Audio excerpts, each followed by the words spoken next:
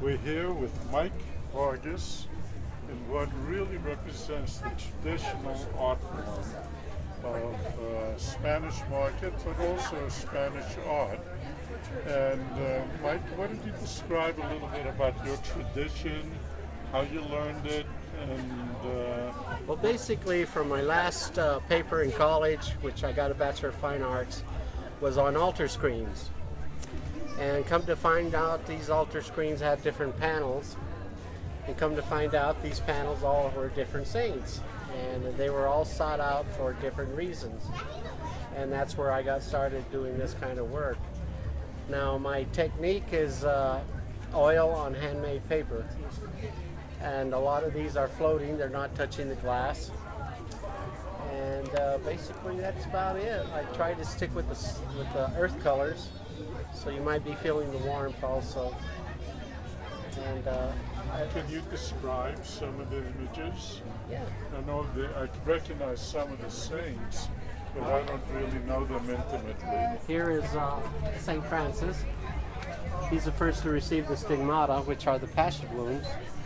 He was also from the Descalced order, which is the barefoot order. And he was a doctor of the church, and that he wrote everything down. And his vow was poverty and patron saint to animals. Here we have the Immaculate Conception. Immaculate because she was born without original sin. Her colors are white for her purity and blue for her royalty. Here we have a Raphael. In northern New Mexico, they used to seek him out for protection during travel. But he's also patron saint to the blind.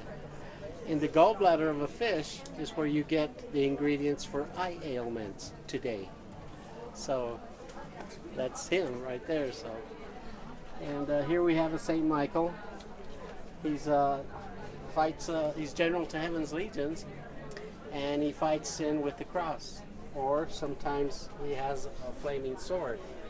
He's also the weigher of souls. He will be there the apocalyptic day. So he's a good guy to know. Yeah. You have him on sale? Have him on sale. Here we have Mary as Alma de Maria, the soul of Mary. And this is a representation of Mary the very moment that she becomes pregnant. So her lilies are for her purity, and the roses are because she's considered a rose among thorns. You're in good company. And this is the Sacred Heart. It's the Sacred Heart of Jesus. The promise of the Sacred Heart is he or she who display my heart, that dwelling I shall bless. This is a take from Our Lady of Toledo, of the Sacristy of Toledo. But her name was changed to Nuestra Señora de la Macana. La Macana meaning a double-sided obsidian war club. So she has her war club right here.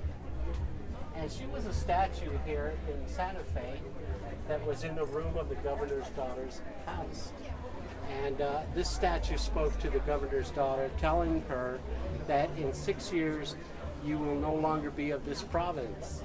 6 years later came and the Pueblo revolt started. So there was a warrior that hit this statue with a double-sided obsidian war club, and it hit her on the head.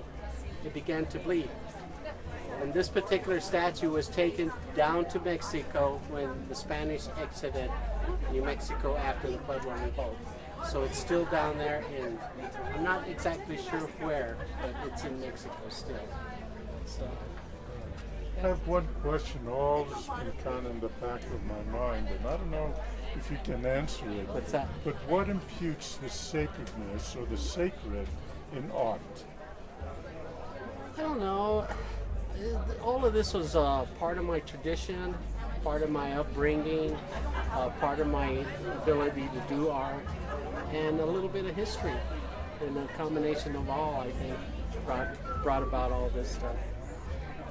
Well, wonderful. You really bring forth the sacred in the arts. Thank you. Wonderful. Thank you. Thank you. Appreciate it. Yeah. Thank you. Have a good day.